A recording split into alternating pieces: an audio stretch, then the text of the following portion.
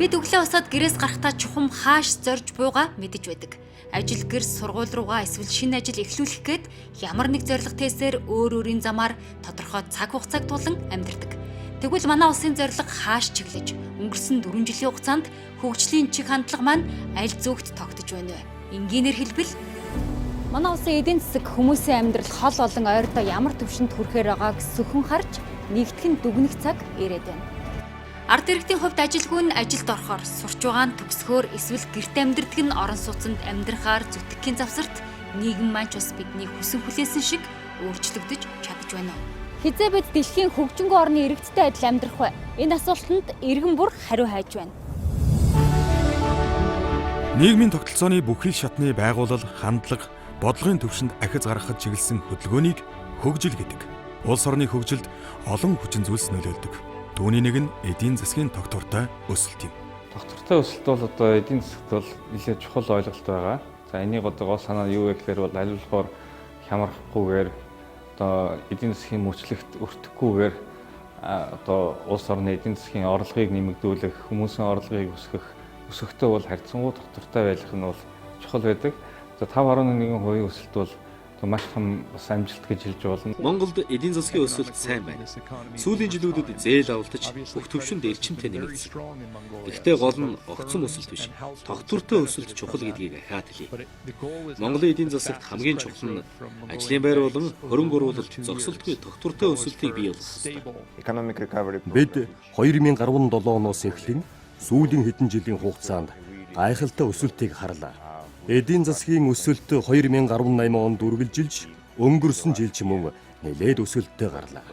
Улсын өрийн дотоодын нийт бүтээгдэхүүнд эзлэх хувь хэмжээ буурсан бөгөөд макро эдийн засгийн зохистой удирдлагын нөлөөгөөр ялангуяа улсын төсөвт мэдэгдэхүйц эерэг өөрчлөлт гарсан билээ. Тэгвэл Монгол улсын эдийн засгийн өнгөрсөн болоод ирээдүйн дүр зургийг харцгаая. 2016 онд засгийн газар байгуулагдах үед эдийн засгийн өсөлт 1.2% хүртлээр буурсан, төсвийн нэгдмэл байдал алдагдаж, олон зэрэгцээ төсөвтэй болсон төдийгүй төсвийн алдагдал дотоодын нийт бүтээгдэхүүний 15.3% төрсөн, засгийн газрын өрийн хэмжээ өнөөгийн үндсээр дотоодын нийт бүтээгдэхүүний 78.8% хүрсэн зэрэг эдийн засаг төсвийн бодит бэрхшээл сорилт тулгараад байв. Сайн байна уу та? Сайн хаварж байна уу? Урилга хүлээж авсан баярлалаа. Та анх ажил хүлээж авахад Монгол улсын эдийн засаг ер нь ямархуу нөхцөл байдалтай байв? Одоо ямар болов? За манай эдийн засгийн өсөлт бол ингээд 2016 оны 3 дугаар улиралд бол хасах 1.4% хүрч ирсэн. Валютын нөөц нь бол 1 тэрбум Америк доллар. Монгол улсын засгийн газрын орчин дотоодынхоо нийт бүтээгдэхүүний 31% дээр байсан өрийн хэмжээ бол 2016 онд бол дотоодын нийт бүтээгдэхүүний 78.8%-д хүрсэн. За өрийн асуудал бол 16 онд гэхэд бол дотоод нийт бүтээгдэхүүний одоо 80% руу ойртоод бараг дараа нь бол одоо олон улсын валютын сан бусад шинжээчдийн хэлж байгаагаар бол 100%-аас одоо давах юм аюултай байсан. За зарим улсууд бол одоо Монгол улс дампуur сан гэж одоо бүр зарлаад байсан. Олон улсын валютын сан нь гишүүн орнуудын эдийн засагт дүгнэлт хийж өөрийн цахим хуудастай байршуулдаг. Монгол улсын эдийн засгийн 2016 оны нөхцөл байдлыг дүгнэхдээ сүүлийн жилүүдэд гадаад шок болон бодлогын алдаа нь эдийн засагт бүтцийн сул байдлыг улам нэмэгдүүлж эдийн засаг нь ихээхэн бэрхшээлтэй тулгарсан байна гэжээ. Их хэмжээний төсвийн алдагдал болон ханшийн уналтын нөлөөгөөр засгийн газрын өрийн хэмжээ 2016 оны төгсгөл гэхэд дотоодын нийт бүтээгдэхүүний 90 орчим хувьтай тэнцэх болжээ. Ийхүү 2016 онд эдийн засгийн өсөлт саарсан, төсвийн алдагдал нэмэгдсэн, өрийн хэмжээ өсч байгаагаас шалтгаалan Монгол улсын зээлжих зэрэглэлийг Standard and Poor's агентлаг 2015 оны 11-р сард B нэмэх зэрэглэлээс бууруулж B, Moody's B2, Fitch B гэж тус үнэлсэн нь олон улсын зах зээлээс хөрөнгө оруулалт босгоход хүүгийн зардал өндөр тогтох нэг нөхцөл болж байлаа. 2020 оны байдлаар зээлжих зэрэглэлийн үнэлгээ тус бүр 1 пунктээр өссөн байгааг энэхүү графикаас харж болно. 10 жилийн өмнө улс орны эдийн засгийн нөхцөл байдал одоогийнх шиг байгаагүй гэдгийг олон монголчууд санаж байгаа. Эдийн засгийн идэвхжил буурч, үүнтэй холбоотой төсвийн ачаалал нэлээд нэмэгдсэн. Улс орны хямралын нөхцөл байдалд байсан шүү дээ. Ер нь бол энэ 2016 оны улсын хурлаар улс орны эдийн засгийг одоо хэвэн болгох, ялангуяа өрийн дарамтыг багасгах, за За хөрөнгө оруулалтын татвар орчнуудыг эхлүүлэх, бий болгох, томоохон төсөл хөтөлбөрүүдийг үргэлжлүүлэх ийм шаардлага бол тавигдчихсэн. Ямарсан эдийн засагтай Монгол улсын мөнгө хэмжээтэй чадал хязгаартай нь үнэн. Гэхдээ төсвийн сахилгатыг сайжруулж, төрийн өргөө зардлыг багасгаж, улсын өмчийн үр ашгийг дэвшлүүлэн, хөрөнгө оруулалтыг нэмэгдүүлэх замаар ард иргэдийнхээ орлогыг нэмэгдүүлэх чиглэл баримтлана. Тэгэхээр Монгол улсын эдийн засгийн тогтвортой байдлыг хангах нь бол маш чухал шүү дээ. Тэгэхээр энэ хүрээнд та ер нь ямар бодлого хэрэгжүүлсэн бэ? За хөрсгийн засгийн газар байгуулагдсанаас хойш явуулж байгаа макро эдийн засгийн бодлого бол энэ сүүлийн үеийн улс орнуудын явуулдаг хамгийн тэргүүлэх зөв ийм загварыг бид нар баримталж явуулахыг бол хичээж ажилласан байгаамаа. Эдийн засаг бизнесийн үйл ажиллагаа нь сэргэлт, уналт гэсэн мөчлөгийг туулдаг. Эдийн засгийн тогтвортой байдлыг хадгалах зорилгоор мөчлөгийн сөрөг үр дагаврыг бууруулах бодлого хэрэгжүүлэхийг мөчлөг сөрсөн бодлого гэдэг. Тухайлбал сэргэлт буюу эдийн засаг хэд их эрчимжиж байх үед инфляц огцом өсөх эрсдэл нэмэгддэг. Үүнээс сэргийлэх зорилгоор төсвийн зардлаа танах нь мөчлөг сөрсөн бодлогын салшгүй хэсэг юм. Харин уналт буюу хямралын үед ажилгүйд нэмэгдэж, аж ахуйн нэгжүүд дампуурах эрсдэл өндөр болдог тул төсвийн зардлаа нэмэгдүүлж эдийн засгаа тэлэх бодлого явуулах нь зохистой гэж эдийн засагчид үздэг. Эдийн засаг тэлж яхад дагаад төсвөө битгий тэлээрээ эдийн засаг унж байгаа үед нь харин төсвөө тэлж өг гэсэн ийм л энгийн зарчим. Өөрөөр хэлбэл энгийн хөв хүний амьдрал дээр аваад үзвэл мөнгө олонгуудаа нэг өдөр битгий найрлалчаараа үлдсэн 10 хоног орлого багтаа 10 хоног өлмөн зэлмэн явах шаардлагагүй шүү, өр тавих шаардлагагүй шүү. Мөчлөгөө сөрсөн ийм эдийн засгийн бодлогыг хэрэгжүүлсэн 3 жил байсан. Дэлхий дээр ихтэй тэр эдийн засаг өсөгдөгч нөхцлүүд нь гарч ирнэ, унгадагч нөхцлүүд нь гарч ирнэ. Яг эдийн засгийн бодлого баримталж явж байгаа хүмүүсүүд бол тэр дэлхий дээр болоод байгаа тэр зүйлүүдийг ард иргэдийнхээ амьдрал дээр аж ахуй нэгжүүдийнхээ хэвэн үйл ажиллагаанд мэдрүүлэхгүйгээр явуулах тал эдийн засгчдын гол оюун ухаан чадвар шингэж явах хэрэгтэй гэж сангийн ам үзэж энэ бодлогыг сүүлийн 3 жил барьж хэрэгжүүлж явж ирж байгаа. Энэ бодлогыг баримталсныхаа үр дүнд бид нар төсвийн алдагдлаач бууруулсан, өрийг ч гэсэн бууруулсан. Эдийн засаг сэргэж эхэлсэн. Энэ бол улсын орлогыг нэмэгдүүлэхэд дэмжлэг болсон. Өөр нэг чухал зүйл нь сангийн сайдын хүчин чармайлт. Тэр төсвийн өрлөгөн байдалд хяналт тавьж төсвийн сахилга батыг баримталсан. Түүний энэ бодлого санхүүгийн тогтолцоог тогтворжуулахад чухал нөлөө үзүүлсэн. За эдийн засгийн өсөлт бол бас иргэдийн амьдралд өрхийн орлогот ч гэсэндээ бас бодитоор нөлөөлсөн байна. Өрхийн орлого 2016 оны хувьд бол 944 мянган төгрөг байсан бол 2019 оны байдлаар сая 300 орчим болж нэмэгдсэн байна. Дотоодын нийт бүтээгдэхүүн дээшлэх хуваар нь илэрхийлсэн үр дүнгийн үзүүлэлтийн сайжралтаар бол Монгол улсын төсөв санхүүгийн байдал хэрхэн сайжирч байгааг бол харж болохоор байгаа. 2016 онд 1.2% байсан Монгол улсын эдийн засгийн өсөлт 2017 онд 5.3%, 2018 онд 7.2%, 2019 онд 5.1%-аар тус өсөөд байна. За одоо бол эдийн засгийн өсөлт бол сүүлийн 2 жилийнхэн дунджаар аваад үзэх юм бол 6.1% өсөлттэй сүүлийн 2 жилийн дунджийг аваад үзүүлнэ шүү дээ. Валютын нөөц 4 орчим тэрбум Америк доллар. Монгол улс нэг төсөвтэй. Төсвийн сахилгад нэлээд сайн хэрэгждэг, төсвийн тодтолгүй ийм байгаа.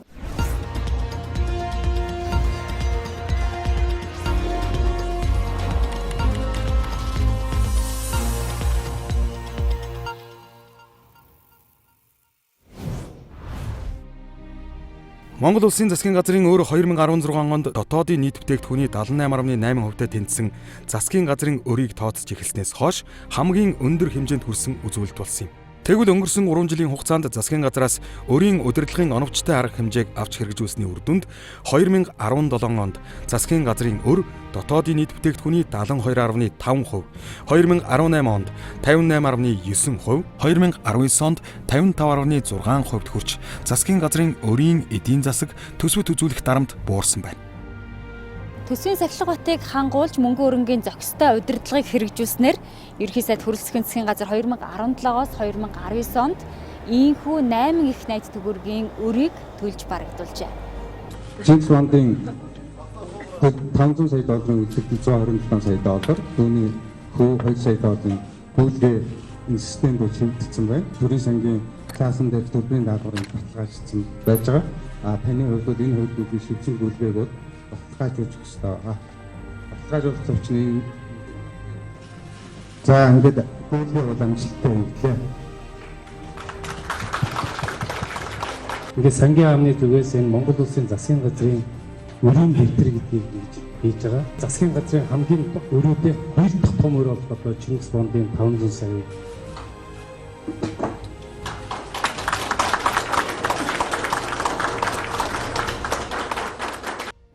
Монгол Улсын засгийн газар улсын төсөв тэхээхэн дарамт учруулж байсан өндөр хүүтэй үнэт цаас гаргахыг зогсоож, засгийн газрын өрийн баталгаагаар нэмж өр үүсгэхийг бөгөөд цаашид засгийн газар эдийн засгийг тогтвортой өсөлтөөр хангах зорилгынхаа хүрээнд өрийн дарамтыг эрчимтэй бууруулсаар байна.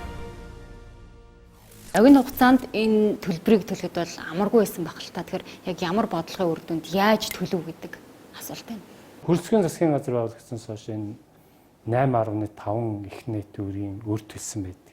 За ингээд 8.5-аас одоо 6 их найт нь бол үндсэн төлбөр, хүүд нь бол 2.5 их найт өргийг бол төлсөн байдаг. Аль болохоор богино хугацаатай өндөр хүүтэй дээр нь Монгол улсынхаа эдийн засгийг идэвхжүүлэх зорилготой зээлүүдийг бол төрүүлж одоо төлж явсан гэдгийг би энд онцолж хэлмээр байна. Жилийн 7.5% хүүтэй 1 тэрбум юаны дэм сан бондын төлбөрийг бид нар төлөх гэж байна. За ингээд шилжилт гүйцэтгэсэн гэж гарч байна. Энэ бол Монгол улсын гадаад арилжааны нөхцөлтэй өрийн дэвтэр. Өмнөх төлбөр нь бол Чингис Вандын 500. Үүний цаана дараа нь Хуралдаа, Мазала, Грэгэ, Свис кредит банк, зэргийн банкуудын төлбөр мөн хүлээгдэж байгаа гэдгийг хэлье. Төлөв гэдэг тамгыг дарахад бол бас сайхан мэдрэмж үү. Нэг талаас их сайхан өрнөс салж байгаа. Нөгөө талаас ингээд дарахад хайрын мөнгө гэж бодож байгаа. Сангийн аавны хувьд бол тэр хайрын мөнгө гэдэг сэтгэл их гарна. Засгийн газрын гадаад өр нь Монгол улсын нийт гадаад өрд багтдаг бөгөөд Монгол улсын нийт гадаад өрд засгийн газрын гадаад өрөөс гадна банкуд, хувийн компаниудын авсан гадаадын зээл шууд хөрөнгө оруулалт ордог. Хувийн компаниуд, арилжааны банкуд болон төв банкны гадаад өр нь Монгол улсын нийт гадаад өрийн 75%-ийг эзэлж байгаа бөгөөд засгийн газрын гадаад өр нь 25%-ийг эзэлж байна. Монгол улсын засгийн газар сүүлийн 3 жилийн хугацаанд засгийн газрын гадаад өрийн эргэн төлөлтийн стратегийг оновчтой тодорхойлж, арилжааны нөхцөлтэй гадаад их үүсвэрээс татгалзан, шаардлагатай санхүүжилтийн хэрэгцээг нэн хөнгөлттэй зээлийн их үүсвэрээр санхүүжүүлэхийг бодлогынхоо үндсэн зорилт болгожээ. Одоо энд байгаа энэ гадаадын хөнгөлттэй зээл гэж байгаа нийтдээ 4.1 тэрбум Америк долларын зээл бол 1991 оноос хойш өөрөөр хэлбэл сүүлийн 29 жилийн турш авч ашиглаж байгаа зээлүүд байгаа. Зарим зээл нь 40 жилийн хугацаатай зээлүүд байгаа гэхээр 91 онд авсан зээлийн үр төлбөрүүд ч гэсэн энэ дотроо ороод явж байгаа шүү гэдгийг би онцолж хэлмээр байна. За олон улсын валютын сантай хамтран ажиллах үндсэн дээр бол бас энэ өрийг багасгах талаар бол гадаадын одоо олон улсын санхүүгийн хүүсэрийг татах аль болохоор одоо энэ өндөр хүүтэй өрүүдийг бол бага хүүтэй одоо өрөөр бол солих ийм ажлууд бол бас амжилттай хийгдсэн гэж хэлэх юм зөв. За арилжааны нөхцөлтэй бонд бол одоо өртөг өндөртэй мөнгө нэлээд төлөгдөнө гэсэн үг. Хөнгөлтэй зээл бол төсвтөр ирэх ачаалал багтаа төлбөр багтаа гэсэн үг. Энэ улаан бол арилжааны нөхцөлтэй бондууд авсан тэрүүний хүүд төлөгдсөн мөнгө нь байж байгаа. Төлөх мөнгө 795 сая доллар. Дүн нь аваад үзэх юм бол 3.6 тэрбум Америк доллар. Тэгээ тэрүүний хүүн 795 сая доллар. Гэтэл 1990-ад оноос хойшоо авч хэрэгжүүлсэн нийтдээ 4.6 тэрбум Америк долларын хөгжлийн зээл байж байгаа. Зам, эрчим хүч, боловсрол, эрүүл мэнд залбарт зарцуулагдсан. Тэнд төлсөн хүүн 536 сая доллар. Нэг нь 1990 гэхээр 30 жилийн хугацаанд, нөгөөх нь 8 жилийн хугацаанд хамаагүй багт. Энэ хөнгөлөлтөө гэсэн энэ зээл рүү явж ажиллах нь бол илүү бидний хувьд бол улс орныхоо төсвөө бодсон, улс орных ирээдүйг бодсон ийм зүйл. Их сарын одоо хоногийн бараг 10% хүүтэй зээл төлөх үү, жилийн 1% хүүтэй мөнгө төлөх үү бид нар альхаар тэр хүү нурсж яадаг мөнгө төлөхийг бодно шүү дээ. Энэ дотор хамгийн их хэмжээ эзэлж байгаа нь бол энэ дотоод үнэт цаас байдаг. Дотоод үнэт цаас бол одоо бусад үнэт цаастай харьцуулаад үзэх юм бол хугацаа богинохон хүү өндөр ийм байдаг. Засгийн газар ийм хэмжээний мөнгө зээлчээр арилжааны банкуд аж ахуй нэгжүүд нэгж болно иргэд өгдөг зээлээ багасгачдаг. Иргэд аж ахуй нэгжүүд зээл өгөхгүйгээр засгийн газарт зээл өгөх сонирхолтой суугаад идэг учраас бид нар энэ хэмжээний мөнгийг их төлөвл энэ хэмжээний мөнгө иргэд аж ахуй нэгжид зээл болж гараад эдийн засгийн эргэлтийг нэмдэг. За бас хүү буулгах нөхцөл болж байна. Манай өрөөнд бас манай төрийн сангийн нэг мэрэгчлэлтэн бас орж ирээд энэ ямар их дуустгүй өрөө гэж хэлснээс хойш бид ер нь та нар нэг наадах төлдөг өрөөдөө нэг юугаар нь гаргаад ирээч гэдэг. Ер нь энэ өрөөг бол энэ сангийн яам бол байнга одоо хүн болгоно мэдчих хэвээр гэж үзэж энэ өрийн дэвтрийг бол анх гаргасан юм байна. Энэ бол дотоод үнэт цаасны өр. Таны өргөж байгааг харахад их хүнд юм шиг байна. Би өргөд байцээ. Нэрээ их хүнд юм байна. Олон хуудас их хүнд байна. Зүгээр ингээ бариад үсгэхэд. Гэхдээ энэ хэмжээ эдийн засгт ер нь хэрэг дарамт байсан юм. Маш их дарамттай шүү дээ. Одоо жишээлбэл хараа жилд нэг ихнээ 500 мянган төгрөг зөвхөн энэний хүүд явж байгаа. За нэг сургуулийг 3 тэрбум төгрөгөөр бодоод 500 сургууль гарах мөнгө шүү дээ. 2017 оны 12 сарын 28 гэсэн өдөр байгаа үз. За 3 тэрбум төгрөг 60, 61, 62, 63. 64, 65, 66. Ингээд замаа алдсан. Зөвхөн нэг өдрийн төлбөр шүү дээ. Тэгэхээр хайрам байгаа юм л. Яг өөрөө чинь барьсан тэр их дарамт яг төсөвтөр тэр дарамтаар орж ирж байгаа. Хөрсгийн засгийн газрын хувьд бол төлцсөн байгаа өөрийнх нь хэмжээ нь бол энэ. Одоо үлдчихэж байгаа бол өөрөө бол энэ.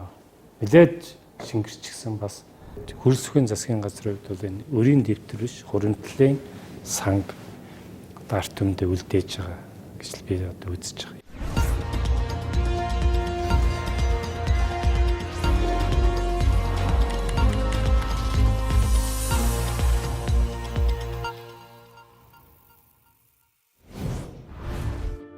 (2016-аас 2020 онд Монгол Улсын засгийн газар төсвийн сахилга батыг сайжруулах, гадаад өрийн дарамтыг бууруулах, эдийн засаг, бизнесийн мөчлөг сөрсөн бодлого хэрэгжүүлэх, хуримтлал үүсгэх, экспортыг дэмжин валютын ор хурсгалыг сайжруулах зэрэг макро эдийн засгийн зөв бодлогыг хэрэгжүүлсэн.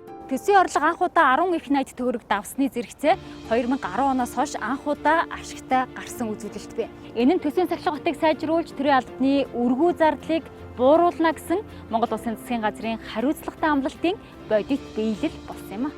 Энэхүү нэгдсэн төсвийн тэнцвэржүүлсэн нийт тэнцлийн графикаас Монгол Улсын нэгдсэн төсвийн тэнцэл 2018 оны гүйцэтгэлээр 27.9 тэрбумын ашигтай гарсан бол 2019 оны урьдчилсан гүйцэтгэлээр 627.8 тэрбум төгрөгийн алдагдaltaй гарч төлөвлөгдсөн дүнгээс 3 дахин бага гүйцэтгэлтэй байгааг харж байна.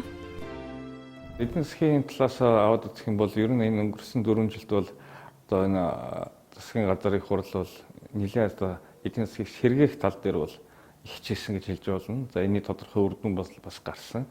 За томоохон ажлуудыг одоо ингээд дурдах юм бол нэгдүгürt бол хамгийн том одоо асуудал 2016 онд одоо Монгол улс бол бүр дампуурл зарлах одоо тийм ирмэгдээ иргэсэн байсан. Энэ бол хөтөлбөрийг эхлүүлэх гол шалтгаан болсон юм.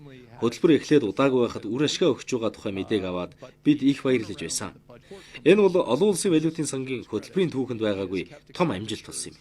Тэгэхээр энэ төсвийн алдагдлыг бууруулахын тулд бол нэгдүгээрт нь бол энэ төсвийн сахилга батыг нэлээд сайнсаа гэсэн. Улсын төсөв, хөгжлийн банк, үн докторжуулах хөтөлбөр, Чингис бонд 4-5 төсөвтэй болсон шүү дээ. Төсвийн гадуурх санхүүжилтүүд нэмэгдэж олон зэрэгцээ төсөвтэй болсон нь төсвийн сахилга батыг бууруулж нэгдмэл байдлыг алдагдуулжээ. Төсвийн удирдлага, санхүүжилтийн шин тогтолцоог бэхжүүлэх, төсвийн нэгдмэл байдлыг хангах, төсвийн харилцааг боловсронгуй болгоход чиглэсэн бодлого тогтолцоог бий болгох шаардлага зүй ёсоор бий болсон байлаа. Энэ нь юу гэхээр энэ хуулиараа төсвийн алдагдлын баг заагаад өгчөөр төсөв зарах эрх мэдлүүд гаргаж ирээд байсан. Тэгэхээр тухайн үед Монгол улсад бол Монгол банкнаас мөнгө хэвлэж үн тогтворжуулах хөтөлбөрийг хийж байсан. За үүний дараагаар хөгжлийн банк гэдэг нэг байгууллага байсан. Уг нь энэ хөгжлийн банк бол Монгол улсад хэрэгтэй томоохон одоо хөгжлийн дэд бүтцийн чиглэлийн төслүүдийг хэрэгжүүлэх ёстой байтал сүүлдээ энэ бүр сургууль цэцэрлэг барьдаг болж гисэн. За энэ бол хоёр дахь төсвнээс. За 3 дахь төсөв нь бол энэ концесс гэдэг зүйл байсан. Барьчаад улсын төсвөөс мөнгө авах юм бол энэ улсын төсөв дээр хөрөнгө оруулалт хийхдээ яг ямар ч ялгаагүй зүйл. Гэтэл энэ нь бол үндсэндээ бас 5 гаруй их найт төгрөгийн концессийн гэрээг хөрсгийн засгийн газар бол хүлээж авсан байна. Энэ бас нэг төсөв. Тэгээд одоо Монгол улсын үндсэн хуулиндаа заасан байдаг Монгол улсын одоо нэгдсэн төсөв гэдэг ийм төсөв. Ийм 4 төсөвтэй явж байна. Одоо ингээд бүгднгийн алга болгоод одоо Монгол улсынхаа төсөөрөө ингэж бүх юмаа зохицуулж явж ирж байгаа нь өөрөө бодлого нь дэгтэй болоод эхэлж байна. Одоо өнгөрсөн 3 жилийн хугацаанд бол Монгол улс төсвөө тодтогоогүй. Төсвийн тодтгол гэдэг зүйл дээр олон халахвч хийж энэ сайд нар нааш цаашаа мөнгө төгрөг болгодгоо. Энд янз янзын эрх ашиг ордгоо. Төсөв тодтохноо гэж сонсчих юм бол хүмүүсүүд ерөөсөө тэр төсөв дээр нэг ач холбогдлохоо болоод төсвийн тодтохлоор оруулах юм чинь гэсэн байдлаар хамаагүй зарлага гаргаж эхэлдэг. За явах энэ үү? Төсвийн тодтохлоор нэмээс суулгачнаа гэх. За төсөв тодтохгүй яваад хэрэгжилт сайжирсны үр дүнд бол одоо Монгол улсын засгийн газрын өөр бол бодиттой түвшинд буурсан. За төсөв анх удаа 2018 онд алдагдaltaгүй гарсан. Төсвийн алдагдлууд бол ерөөсөө Монгол улсын засгийн газрын өөр болж хувирдаг. Төсвийн ерөнхийлөн захирагч нар, төсвийн захирагч нарыг одоо хууль бус үйлдэл хийхээс хамгаалах зүйл бол ерөөсөө хамгийн гол нь илт тод байдаг. Иргэдийн зүгээс одоо хамгийн их санаа зовох юм бол хяналт яаж тавих вэ? Зөв юмд яаж хөрөнгө оруулалт хийж гинэ гэдэг аюул чухал байхгүй. Төсвийн хөрөнгө оруулалтын одоо төлөвлөлт, хэрэгжилтийг хяндаг системийг бий болголоо. Сангийн яамны одоо санхүүгийн хяналт эрсдлийн удирдлагын газраас Монгол улсын төсөвтийн байгууллагууд дээр бол одоо төлөвлөгөөт болон төлөвлөгөөт бус аудит шалгалтуудыг бол хийдэг байна. Тэгээ энэний үр дүнд бол 651.8 тэрбум төгрөгийн зөрчлийг бол илрүүлсэн байж байгаа. Өнгөрсөн хугацаанд ялангуяа сангийн яамны зүгээс одоо тусгай сангууд дээр хийсэн хяналт шалгалт бол ялангуяа иргэдийн зүгээс за төсвийн сахилга бат бол сайжирч байгаа юм байна гэсэн энэ бас одоо тохиог бол бас өглөө үүн дээр 397.6 тэрбум төгрөгийн зөрчлийг илрүүлж 3 санг бол нэгтгэж 7 санг бол татан болгосон байж байгаа. Уг нь сахилга бат гэдээ бид нар хэлээд байгаа болохоос уг нь энэ Монгол улсынхаа хуулийг ягштал биелүүлж уг нь болчих зүйл юм. Эдийн засгийн өсөлтийг хангах төрийн мөнгөн хөрөнгийн оновчтой удирдлага, зарцуулалтын сахилга батыг сайжруулахад чиглэсэн төсвийн бодлого хэрэгжүүлснээр төсвийн алдагдлыг богино хугацаанд эрс багасгав. Үүний үр дүнд иргэдийн нийгмийн хамгаалал, орлогын баталгааг сайжруулах, нийгмийн суур үйлчлэгээний чанар, хүртээмжийг нэмэгдүүлэхэд чиглэсэн хөтөлбөрүүдийг санхүүжүүлэх хөрөнгийн их үүсвэр бий болсон юм. Он гараад төрийн албаагчдын цалинж 8% нэмэгдсэн. Тэгээ бас нэг ажилласан жилдээс шалтгаалаад 5-20% бас нэмэгдсэн шүү дээ. Оюутны хөгжлийн тэтгэлэг нэмэгдсэнд бол баяртай байгаа. Энэ бол айгүй зөв шийдвэр байсан. За ер нь ерөнхийдөө коллеж болон яг оюутан сурвалжлагчдын сургуулийн тэтгэлгийг нэмсэнд их баяртай байгаа. За энэ оны 2 сараас ихтэй тэтгэлэг нэмэгдсэн л дээ. 100,000-ын тэтгэлгийг 200,000 болгосон. Энэ дээр нь миний хувьд маш их баяртай. Сурах үед үхэлсэн жоохон ч гэсэн дэмжээд өгсөн. Шатраатай улс орн маань өөрийнхөө хөгжил бололцоо нөхцөл тохируулаад энэ бүгдийг хийж байгаа гэдгийг бол ахмадууд бас ойлгодгоо.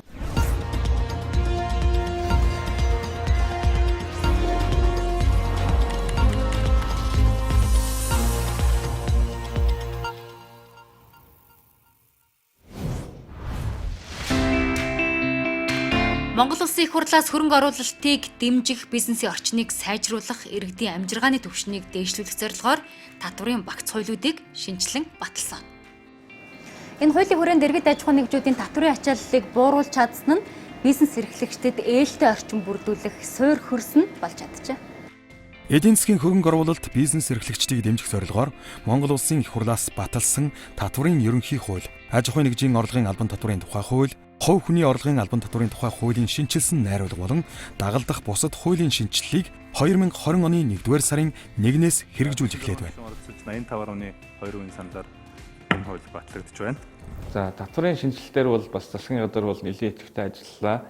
За татварын асуудал бол хамгийн одоо хурц бөгөөд хэцүү асуудлын нэг байдаг. Манай улсын хувьд бол татварын тогтолцоо маань бол нэлээд хуучирсан, олон жил хэрэгжилж ирсэн болохоор бол зарчмын хувьд бол шинжилэх шаардлагатай байсан. За энэ татварын хамгийн сүүлчийн шинжилэл бол энэ 2006 онд хийгдсэн байдаг. 2006 оныг татварыг шинжилж явах үед бол би өөрөө энэ сангийн яамны төрийн нэрийн бичгийн дарга байсан. 13 жилийн дараа бол хуулийг батлуулсан. Анх удаа улс орон даяар одоо бизнес эрхлэгчид ард иргэдийн санал асуулгыг явуулж ийн хуулийг гаргасан.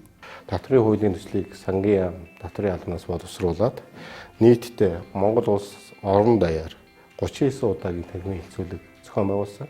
Мөн энэ танхимын хилцүүлгээс гадна цахим хуудас, олон нийтийн сүлжээ, бичгээр татварлагчдаа санал авсан байгаа. За энэ дээр бол маш олон зөрүүтэй саналууд байсныг бол бүгдээ нэгтгээд татврын шинжилгээг ямар ч гэсэн амжилттай хэрэгжүүлж одоо эхэллээ. Нийтдээ 5500 гаруй санал бол хуулийн төслүүд дээр ирсэн. Энэ ирсэн саналуудыг нэг үрчлэн судлаж тусгахснараа энэ хуулийн шинжилгээ онцлогтой болсон. За татврын хуулийн шинжилгээний хүрээнд хуулийн дагаж гарах 4 журмуудыг босруулах ажлыг зохион байгуулсан. Мөн адил Монгол улс орон даяар татварлагчдороо журмын төслүүдэд хэлцүүлж батлуулсан байна. За энэ хэлцүүлэг маань бол 3-7 хоногийн хугацаанд үргэлжилж 16,000 гаруй татвар төлөгч бол хамрагдсан байна. Энэ эдийн засаг бизнесийн энэ харилцаанууд их олон янзаар явагддаг болсон байна. Тэгээ дээр нь даяарчлагдж байна гэдэг ийм үндсэлтээр бид нар яах аргагүй энэ Монгол улсын татврын хууль бол дэлхийн дээр тавигддаг бүх шаардлагуудад нийцж ажиллахаас өөр аргагүй. Дотоодын бизнесийг татврын бодлогоор дэмжих бодлогын хүрээнд за татвар төлөгчдийг бид нар ингээд үндсэндээ 5 үндсэн ангилалд авч үйлчлэгээ үзүүлэхээр бид нар бол хуульчилж өгсөн байгаа. Өөрөөр хэлбэл Эрдэнэт оюутлогоо дээр тавигддаг одоо тайлагнах одоо шаардлага төлдөг хөв хэмжээ нь булангийн цайны газар ажиллаж байгаа жижиг бизнес эрхлэгчтэй адил байж болохгүй. Энэ хоёр бол ялгаатай байх ёстой. Борлуулалтын орлого нь 50 сая төгрөг хүртэлх аж ахуйн нэгж борлуулалтын орлогын 1 хувиар татвар төлж жилд 1 удаа хялбаршуулсан тайлан гаргах боломжтой. Борлуулалтын орлого нь 300 сая төгрөг хүртэлх аж ахуйн нэгж татвар ноогдуулах орлогын 1 хувиар татвар төлж жилд 2 удаа тайлан гаргана. Борлуулалтын орлого нь 1.5 тэрбум төгрөг хүртэлх аж ахуйн нэгж татвар ноогдуулах орлогын 10 хувиар татвар төлж төлсөн татварын 90%-ийг буцаан авах бөгөөд жилдээ 2 удаа тайлан гаргана. Татвар ноогдуулах орлого нь 6 тэрбум төгрөг хүртэлх аж ахуйн нэгж татвар ноогдуулах орлогын 10%-аар татвар төлж жилд 2 удаа тайлан гаргана. Татвар ноогдуулах орлого нь 6 тэрбум төгрөгөөс дээш бол татвар ноогдуулах орлогын 25%-аар татвар төлж жилд 4 удаа тайлан гаргах юм а. Ийхүү татварын шинжлэгдсэн хуулиар Монгол улсын татвар төлөгчдийн 97% нь 1% татварын ачаалттай болж татварын хувь хэмжээ буурлаа. Тэгэхээр энэ шинжилгэлийн хүрээнд одоо татвар төлөгч аж ахуйн нэгжүүдэд ирэх татварын дарамт ер нь багассан уу? За ер нь бол аж ахуйн нэгжүүд маань одоо 1.5 тэрбум төгрөгийн орлоготой байгаа тохиолдолд 1% татвар төлж байгаа нь бол татварын дарамт одоо ачаал одоо багасж байгаа гэж үзэж байна. Төр засгаас бас ээлтэй одоо татварын орчин үүсгэж байгаа тохиолдолд татвар төлөгч бид ч гэсэн цаг хугацаанд татвар санхүүгийнхээ тайлан гэлгээж мөн одоо зөх хэмжээний хөнгөлтүүдэд эдлээд явах юм бол ер нь улс орны хөгжилд ч тэр тухайн аж ахуй нэгж иргэний хөгжилд ч гэсэн аль талдаа одоо дэвшил ахиц гарах ийм боломж бол харагдаж байгаамаа. Хувь хүн дээр жижиг дунд үйлдвэрлэлээр ачаалс нь харьцангуй багаслаа гэж бас ойлгож болно. Одоо өөрийнхөө бизнесийн үйл ажиллагааг нэмэгдүүлэх, за ажлын байрыг нэмэх, ингэснээр одоо бүгдээрээ цалинтай орлоготой Монгол хүний тоог нэмэгдэх ийм л одоо татврын бодлогоор дамжуулж хийж байгаа том бодлогыг хэрэгжүүлэхийг зорьсон байгаа. Татврын шинжилгэлийн хүрээнд авч хэрэгжүүлж байгаа бодлого те одоо аж ахуйн нэгжүүдэд ирэх татврын дарамт ер нь буурснаа танай компанид ямар нөлөөлөл ер нь үзүүлж байна? За хувийн хвшлийн байгууллагын хувьд бол одоо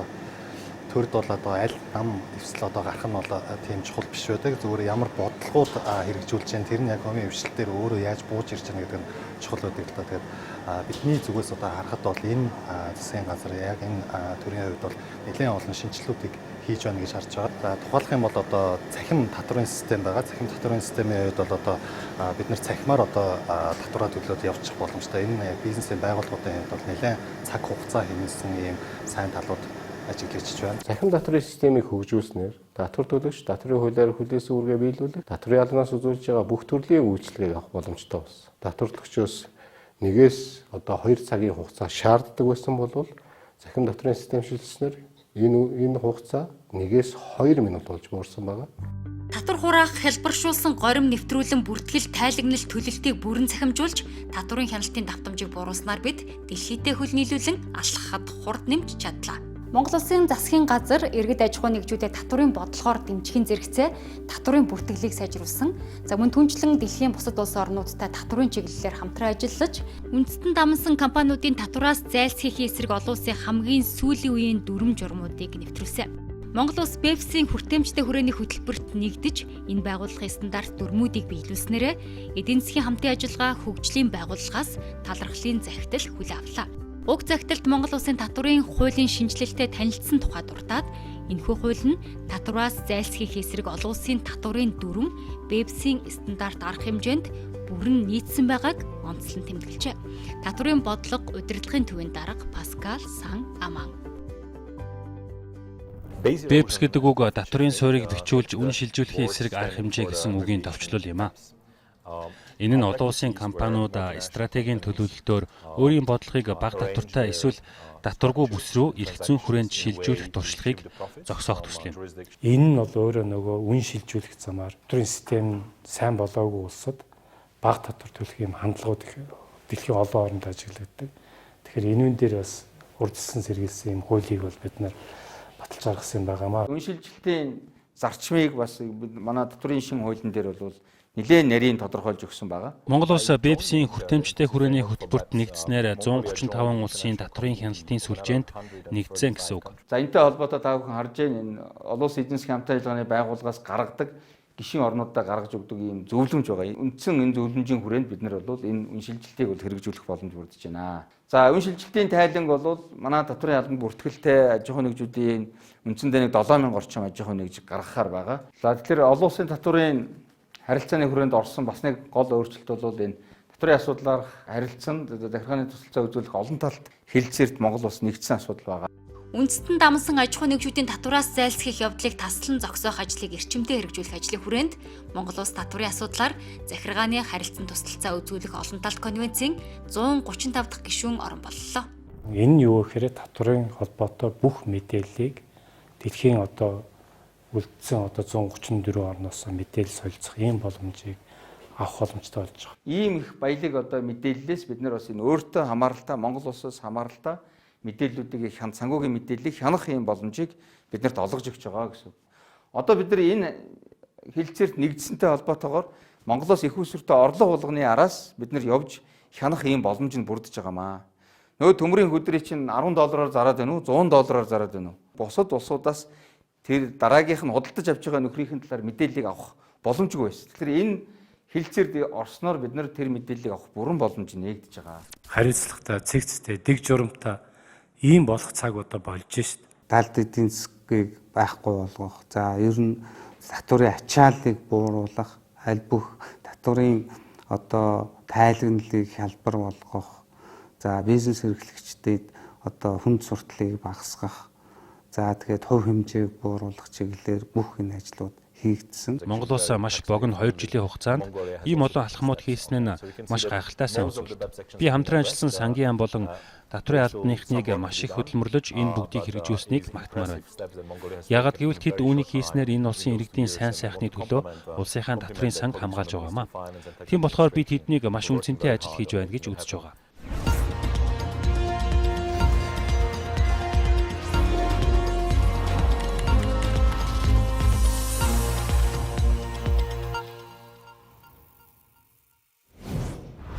За уул уурхайн экспортоос манай татврын гол орлого бүрддэг. За Монгол улсын төсвийн орлогын бол 30 орчим хувийг уул уурхайн салбар бүрдүүлдэг. Монгол улсын эдийн засгийн хөдөлгөгч бас томоохон хүч.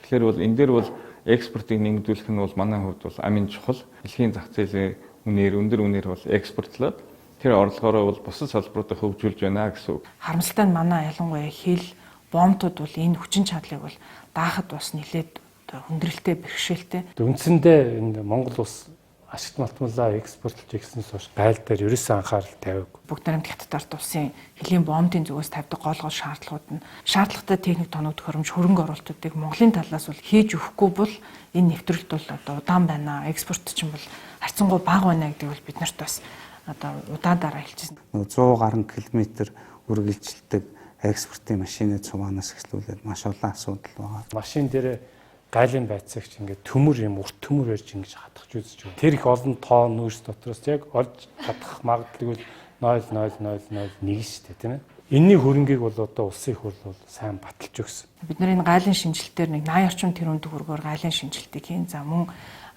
бүгд хамт хятад ард улсын боцолтгүй тусламжаас 350 сая яаны одоо дэд бүтэц барилга байгууламжийн шинжилтүүдийг бол хийхээр бол төлөвлөсөн байж байгаа. Хоёр талтай ач холбогдолтой. Нэгдүгээрт бол Монгол улс экспортыг дэмжих, хоёрдугаарт импортоор орж ирж байгаа бараа бүтээгдэхүүн бас чанарын шаардлага хангасан, гарал үүсэл нь тодорхой ийм байх ёстой. Гайлын шинжилэл хууль бус чанарын шаардлага хангаагүй бараа бүтээгдэхүүнийг хилээр нэвтрэхээс урьдчилан сэргийлж, иргэдийн эрх ашигыг хамгаалахад чухал ач холбогдолтой юм а. Гайлын шинжиллийн үр дүнд замын үед бомбтын өдөрт нэвтрүүлэх зорчигчдын тоо 4 дахин, суудлын тээврийн хэрэгслийн тоо 7 дахин, гашуун сухад бомбтын экспортлох хүчин чадал 3 дахин, алтан булаг бомбтын тээврийн хэрэгсэл нэвтрүүлэх хүчин чадал 4 дахин нэмэгдэхээр байна. За ингээд экспорт нэмэгдснээр бол манай улсын эдийн засаг өөрөө бол бас тогтворж өсөх юм хандлагатай болжээ. Монгол улсын засгийн газраас хэрэгжүүлж буй гайлын шинжилэл хөтөлбөрийн хүрээнд худалдааны гол бомбуудыг өргөдгөн шинжилж байна. Монгол улсын голлого бомб болох алтан булаг, замын үүд, гашуун сухад, боршоо, бичигт бомбуудын өргөдөг шинжилгээ ажлууд эхлээд байна. Зам талбайн хувьд экспортын гарах чиглэл маань 10 игнэттэй, орох чиглэл маань 6 игнэттэй болон өргөжж байгаамаа. Эдгээр бомбтод зорчигч болон ачаа тээврийн барилга байгууламж, иж бүрэн шугам сүлжээ бүхий дэд бүтэц, зам талбай, ногоон байгууламжийн цогцлборуудыг 2020 онд барьж дуусгахаар ажиллаж байна. Монгол улсаахаа гаргаж байгаа газрын хөрсөнд орж байгаа ашигт малтбалыг гаргахад нэгдүгээр бүрэн хэмжээгээр бид нар ямар баялгаа гаргаж байна гэдгийг мэдчих хэвээр. Хулгай зэлгээгүй, өлөн нүдтэй хүмүүсүүдийн гар хөллөс савраас холуур энийгээ гаргаж явах учраас бүртгэлтэй байх хэвээр. Энэ бүх тогтолцоог бүрдүүлэхэд тулд энэ гайлын шинжилгээг бол эхлүүлсэн байдаг юм аа.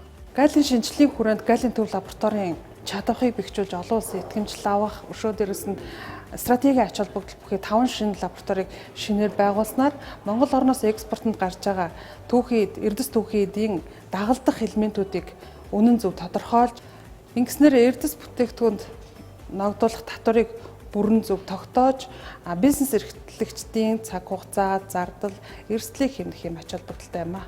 Гайлын төв лаборатори нь олон улсын итгэмжлэл авснаар магадлан итгэмжлэгдсэн бусад лабораториудаар шинжилүүлдэг байсан шинжилгээг хийж, шинжилгээний дүнг олон улсад хүлээн зөвшөөрөх нөхцөл боломж бүрдэнэ. Эрдэс түүхийн эдийн шинжилгээ, газрын цэсний бүтээгдэхүүний шинжилгээ, ингээд нүүрсний шинжилгээ бол олон улсын түвшинд тухайлбал одоо Лондонгийн бирж дээр хүлээн зөвшөөрөгдөх юм ач холбогдолтой болох байгаа. Засгийн газраас хэрэгжүүлж буй гайлын шинжиллийн хүрээнд хэлийн бомбуудад орчин үеийн технологийн шийдэл бүхий автоматжуулсан олон тоног төхөөрөмжүүдийг суйрлуулна. Тухайлбал тээврийн эрсдлийн хөдөлгөөнийг бүртгэх ухаалаг гарцууд, машин, автомашин гарах, орох эм бүх дээр нь тэр хяналтын камерууд, автоматжуулалтын системүүд, мэдээлэл шилжүүлж байгаа хяналтын энэ бүх юм бол яг орчин үеийн гайлын одоо тавигддаг бүх одоо системийг бид нэвтрүүлж байгаа. Дэлгүүрээс ороод ямар нэгэн бараа худалдаж авахад ямар гарал үүсэлтэй барааг хизээ гайлаар ямар компани оруулж ирсэн бүтээгдэхүүнийг худалдаж авч байгаагаа мэдэх боломжтой. 100 ширхэг бичээ ингээд ороод ирлээ гэж бүртгэж. Гэтэл нөөц тусын системээр энэ зарагдахдаа 200 зарагдчихлаа шүү дээ. Тэгэхээр хилээр 100 орсон байхад энэ 200-аар 200 ширхэг яагаад борлогдож байгаа юм бэ? За тэр өдөр гайлын бүрдүүлэлт хийсэн байна. Яаж одоо бүртгэгдсэн байна вэ? Хууль бус татвараас зайлсхийдэг бүх боломж нь ингээд энэ дээр давхар хаагдаад эхлэх. Энэ ажил бол одоо энэ оны эхний 2020 оны 1-р улиралд бол онцгой бараа бүтээгдэхүүнээс эхэлж байгаа. Тэгээ цаашдаа бол бүх бараа бүтээгдэхүүн энэ лөө орно. Хилээр орж ирсэн бараа бүтээгдэхүүн лангуун дээрээс зарагдаад хэрэглэгчдэд очих энэ хоорондын холбоосыг нь бид нар мөнгөний гүйлгээ дамжуулгаар нь ингээд холбочих юм бол энэ хоёр байгууллагын хуульд аяндаа холбогдож байгаа. Татварын шинэ системд гайлын систем өөрөө холбогдоод ингээ бүртгэлжээд явчих. Бомбтууд дээр тавигдах тоног төхөөрөмжүүдийн эскизийн тавигдсан байна.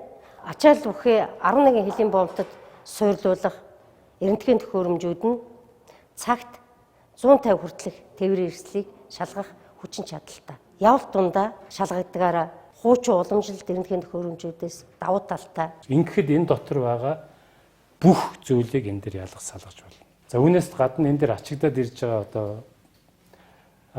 ашигт малтмалынхаа дээжүүдийн гэж аавна. Хэлийн бомб дээр маш богино хугацаанд 4-5 минутанд автоматар дээжийг авч нүүрсний үнслэг, чиглэг, зэрэг бусад бүхий агуулмжуудыг тодорхойлдогороо Монголда хамгийн шинэлэг орчин үеийн тоног төхөөрөмж болох юм байна. Оюу толгой дээр бол шууд зэсгийн баяжмал ингээд туудсан дамжуургаар гүйж явах дээр нь тэр төхөөрөмжөд тавиад тэр зэсгийнхаа одоо чанарыг нэм шалгах. Энэ бүх ажлыг бол одоо эхлүүлээд явж байгаа. Одоо олон улсын стандартад нийцсэн ийм хэл гайлын одоо цогц системийг хийж хэрэгжүүлж эхэллээ. Шударгаар бизнес хийж байгаа бүх одоо улсуудад л үр дүнгээ өгөх. Төрн төр шиг, төсвөн төсөв шиг ийм одоо болж хуурах бүрэн боломж бол бүрдэх юм байна.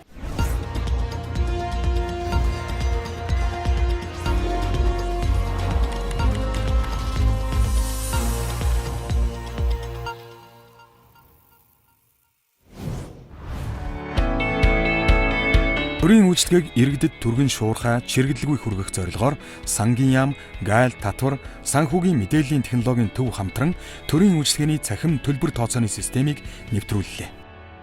Мөн насны хишиг, алдарт эхийн тэтгэмж, жирэмсний тэтгэмж, цалинтай ээжийн мөнгийг иргэд заавал өөрийн биеэр банкнд очиж дугаарлан цаг хугацаа алдалгүйгээр e-баримт аппликейшн ашиглан өөрийн харилцах дансандаа авч эхэлснээр 2020 оны 2 дугаар сараас хойш 57 мянган иргэдийн дансанд 2.7 тэрбум төгрөгийн тэтгэмж олгогджээ. Энэ төрийн үйлчлэгийг авахтай холбоотой энэ төлбөр тооцоог хэрхэн шийдвэрлэх вэ гэдэг асуудал бол өндөр тулгардаг.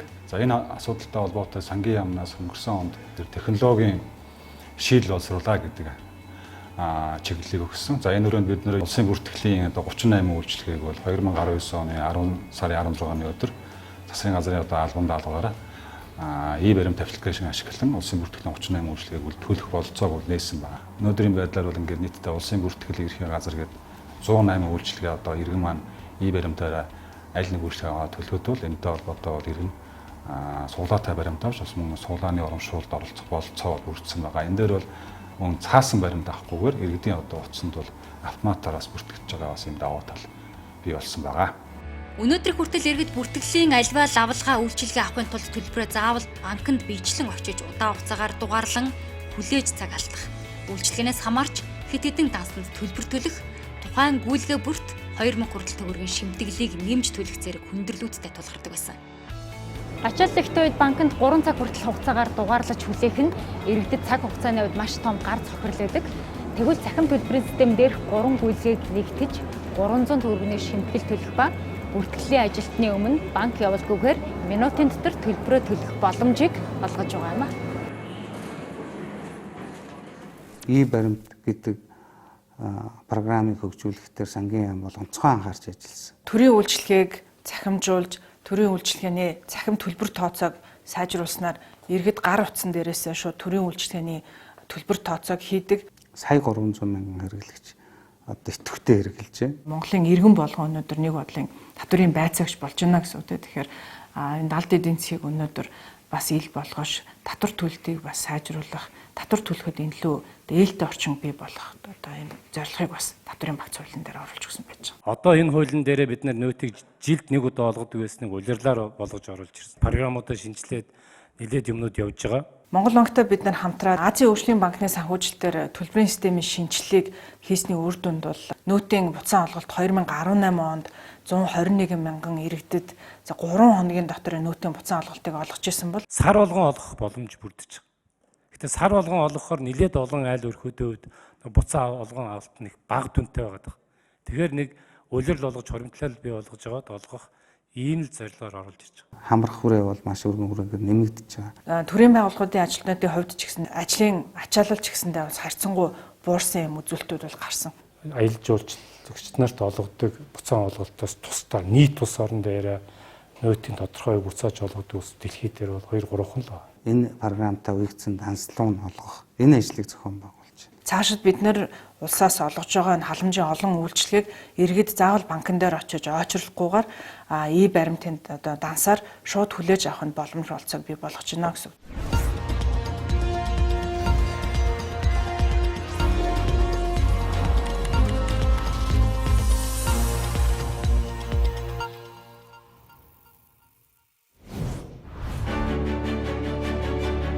Монгол Улсын засгийн газрын хугацаанд эдийн засаг нийгмийн ач холбогдол бүхий хөрөнгө оруулалтын төслүүдийг хэрэгжүүлж, хот орон нутгийн иргэдийн амьдрах таатай орчныг бүрдүүлэх, боловсрал, эрүүл мэнд, соёл урлаг зэрэг нийгмийн суур үйлчилгээний хүртээмжийг сайжруулжээ.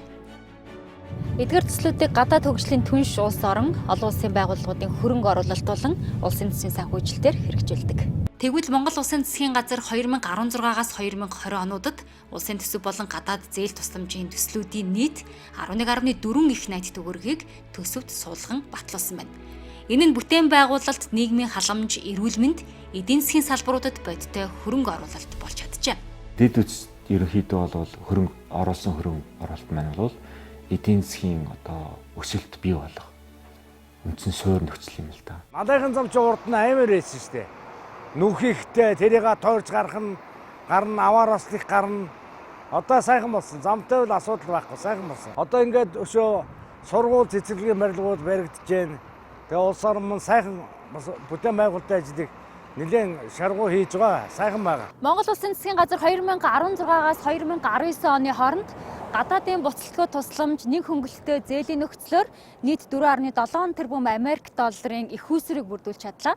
Бидний хувьд өнгөрсөн жилүүдэд эдийн засгийг сэргээх хөтөлбөрийг дэмжихэд шаардлагатай нөөц мэдлэг хуваалцаж ирсэн билээ.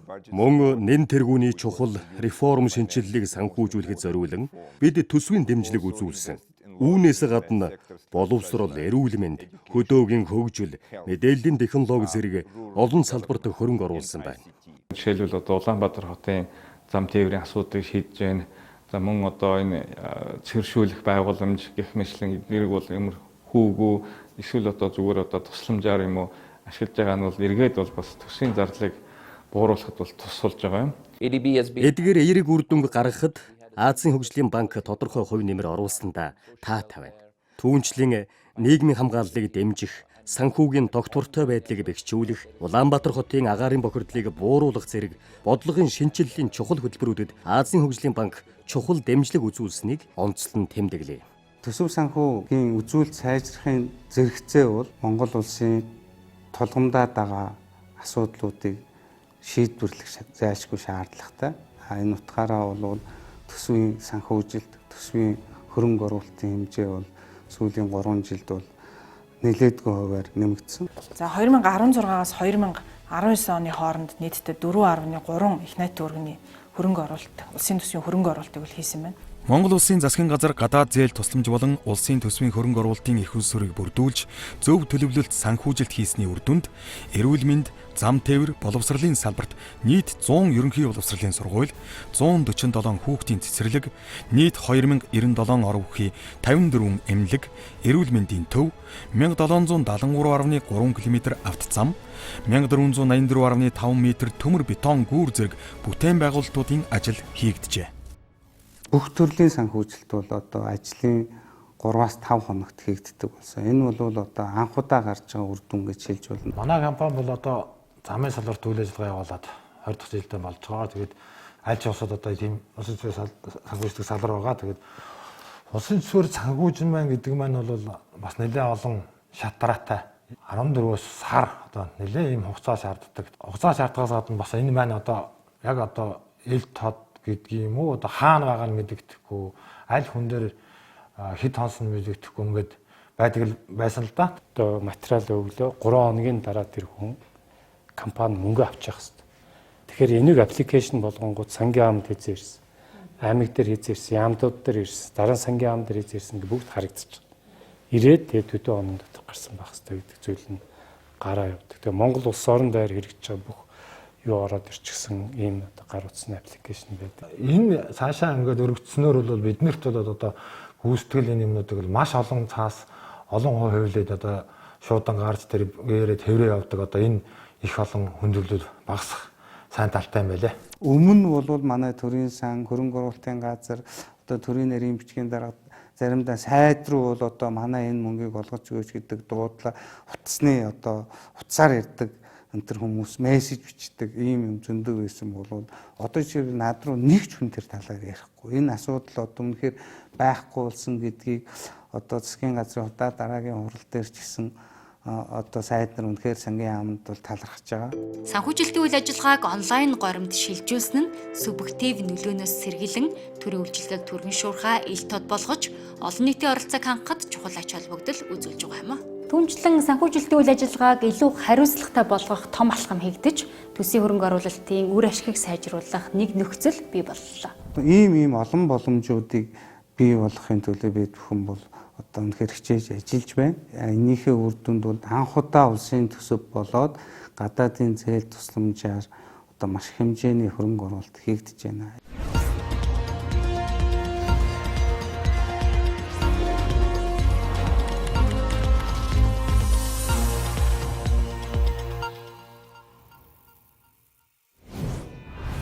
Монгол улс анх удаа эрдэс баялгаас бий болсон орлогыг ирээдүйн хойч үеийнхэндээ өвлүүлэн үлдээх, аривжуулах, хоримтлуулах бодлого тогтолцоод бий болгож чадлаа. Тэгвэл Монгол улс урт хугацааны баялагын сан болох ирээдүйн өв сангийн тухай хууль тогтоомжийг хэрэгжүүлж, хүний хөгжил сангаас үлдсэн 1.1 их найт төгрөгийн өрийг барагдуулсан байна. За өмнө бол бүгдээрээ мэдж байгаа хүний хөгжил сан гэж байсан. 2016 оны 12 сард энэ чинь 1 их найт 72 тэрбум төгрөгийн өртөө байсан. Өр тавьж нөгөө хүүхдийн мөнгө маань тавигдчихсэн гэсэн үг л дээ. Ийм өртөөмийг бид нэр чардаас ороод төлж дуусгачаад хоримтлал үүсгэж эхэлсэн баг. 15 оноос болвол ирээдүйн сангийн тухай хууль батлагдаад одоо энэ зохицуулт бол өөрөөсөө хүний хөгжил сан бол татан богдоод ирээдүйн хөв сан болж байгаа. 8.5 их найт төгрөгийн өр дээр энэ 1.1 их найт төгрөг өөр бол ороогүй гэсэн. Алдагдaltaй болгож. Энэ бүгдийн төлсөн ш сая.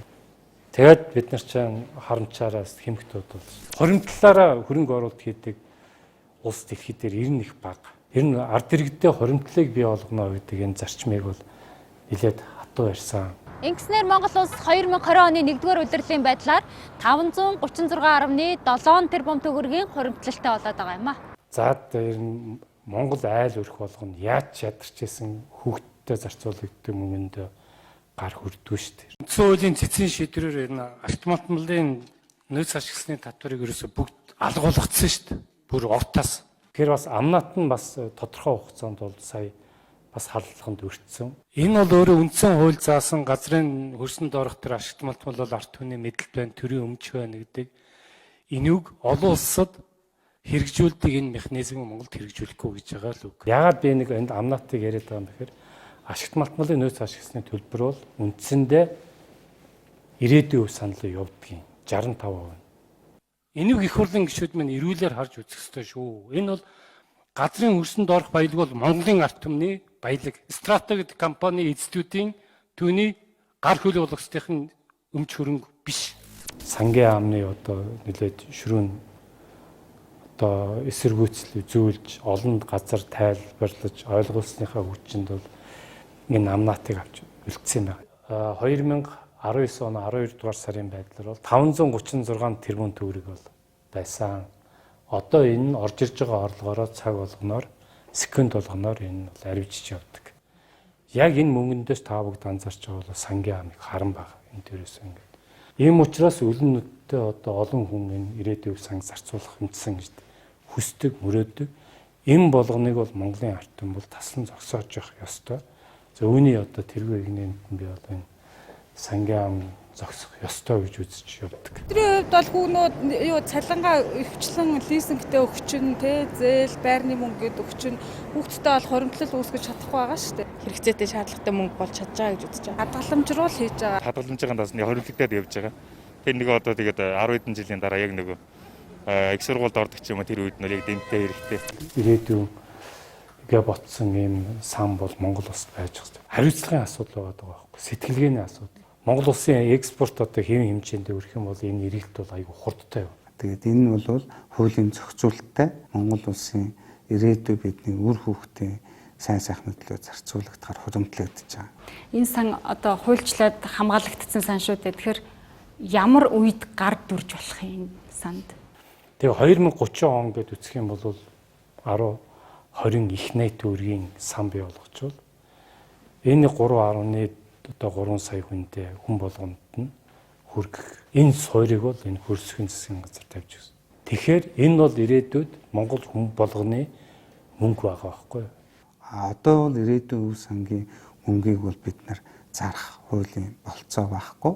Энийг одоо улам өргөжүүлж 20 их найдын 30 их найд төгрөгийн хоригдлогц юм санта болчихсон гэсэн ийм бодлоор бол бүх нөхцөлийг хангаж ажилласан гэдгийг хэлмээр. За баялагын сан гэдэг маань бол эдийн засаг сайн байгаа үед, өсөлттэй байгаа үед бол тодорхой хэмжээний мөнгө хоримтлуулад за дараагийн одоо жилүүдэд дараагийн үед бол энэ мөнгөө үлдээж тэдний дараагийн одоо залуу үед бол эдийн засгийн өсөлтийн суурийг бий болгоно л гэсэн үг. Норвеги улс 5 сая гаруй хүн амтай. Монгол улсаас 4 дахин жижиг газар нутагтай. Байгалийн хий, газрын тосны ихээхэн нөөцтэй. Нэг хүнд ноогдох дотоодын нийт бүтээгдэхүүний үзүүлэлтээр эхний 3-т. Хүний хөгжлийн индексээр дэлхийд 1-д ордог. Мөн ажил эрхлэлтийн хувьд ялангуяа эмэгтэйчүүдийн ажил эрхлэлтийн түвшингээр дэлхийд тэргүүлдэг. Нийгмийн баялагын тэгш хуваарлтын хувьд мөн сонгодог жишээ болон судлагддаг. Тэд эцсийн дүндээ хойч ирээдүйдээ өр үлдээх үү эсвэл баялаг үлдээх үү гэсэн хоёр замын нэгийг л сонгосон. Сонголт хийхдээ эцэгийнх нь үр хүүхдийнхээ өмнө хүлээдэг хариуцлагыг үүрсэнд л Норвегийн нууц оршиж байна. Өөрөөр хэлбэл ард түмэн эх орноо гэсэн чин сэтгэл энэ улсыг ивэж өдгөө дэлхийн түвшинд хөгжлөөрөө тэргүүлэх гүрэн болсон байна. Ер нь хийсэн ажилдаа сэтгэл дүүрэн байгаа юу? Их юм дутуу байгаа гэдээ эсвэл бас сэтгэл дундуур байна уу? Бага дээрээ хэд дахин илүү санаачлагтай ажиллах хэрэгтэй. Ер нь бол тэг санаачлага итгэх гаргаж ээж ажиллах хэрэгтэй. За юу ч санаачлахгүй л хийх ажилгүй суугаад ээж болно. Та бүхний эхлүүлсэн ажил тогтвортой үргэлжлэх боломж нь ер нь хэр хангагдсан юм бэ? Манай сангийн аавны одоо ажиллагчд бол яг үннээсээ сэтгэлээсээ гаргаж ажилтдаг. Одоо цаг наргүй амралтын өдөр гэхгүйгээр ажилтдаг. Нилээд боловсрал сайтай, хүмүүжил сайтай, үг дааж сурсан, баг болж ажилтдаг. Ийм л хамт олон байж байгаа. Би бол энэ сангийн аавны хамт олон 100 итгэж байгаа. Тодорхой хэдэн үзүүлэлтээр Монгол улсын санхүү төсвийг одоо дүгнж болно. Том дүнгээрээ гарсан үр дүнг бодиттой ажил болохын тулд бол сангийн яам дотроо бол маш олон ажлыг зохион байгуулдаг. Энэ ажлыг бол одоо дэлгэрэнгүй ярихад бол маш их ажил хийгдэж байгаа. За энэ бол одоо нэг удаадаа дуустдаг ажил биш. Олон жил ингээд хийгээд сайжруулаад явна. Ямар ч гэсэн одоо Монгол улсын хөгжилд бол энэ төсвийн бодлогын шинжилэл бол асар чухал одоо ийм үр дүнг бол бий болгож байгаамаа гэж хэлэх нь зөв. Хэдий гэр одоо яамны одоо бүтэц бүрэлдэхүүн бол одоо 10 жилийн өмнөх хэмжээндээ байгаа ч гэсэн бид нар энэ одоо хийж бүтээж гаргаж байгаа үр дүн бол хэд 10 дахин нэмэгдсэн гэдгийг бол одоо ихтгэл дүүрэн хэлэх болох боломжтой байна. Тухайлбал 2019 онд Open Budget Partnership олон улсын байгууллагын төсвийн ил тод нээлттэй байдлын судалгаагаар Монгол улсын индекс 2017 оноос 15 байраар урагшилж 41-р байранд орсон байна. Үүнд сангийн яамнаас 2018 оноос хойш эрхлэн гаргаж байгаа иргэдийн төсөв тохимол чухал нөлөө үзүүлсэн байна. 18 оны төсвийн энэ иргэдийн төсвийг номыг хийгээ бид нар төсвийн хилцүүлгээр их хурлын гишүүдтэй өгчээс. Үүний дараа боловсруулсан төсөвтэйг хамт өргөдөг болцсон. 19-20 онд анхудаага төсвөө ер нь л ил болгоё. Хүмүүсүүд ойлгомжтой хэлбэрээр хүргэе. Тэгвэл бас энэ төсөв дээр одоо дураараа дурагддаг энэ байдлуудыг хязгаарлах боломжтой болох юм байна гэж бид нар үзэж энэ бүх арга хэмжээг авсан. Сэтгүүлч таны ажилд Монгол улсын төсвийг ил тод болгоход бас хувь нэмрээ оруулж байхыг хүсээд энэ 4 иргэдийн төсөв номыг бэлгэлье. Англи хэл дээр бас. За баярлалаа. Таны ажилд амжилт хүсье. За баярлалаа.